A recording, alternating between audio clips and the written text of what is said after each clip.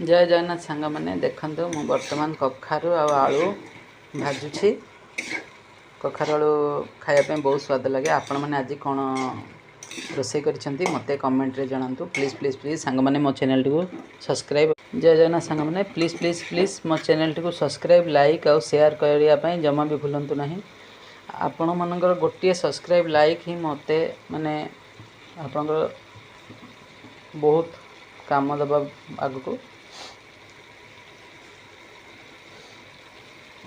Please please सांग मैंने मत सब्सक्राइब कर दिंतु और लाइक शेयर कमेंट करने जमा ही भूलु नहीं।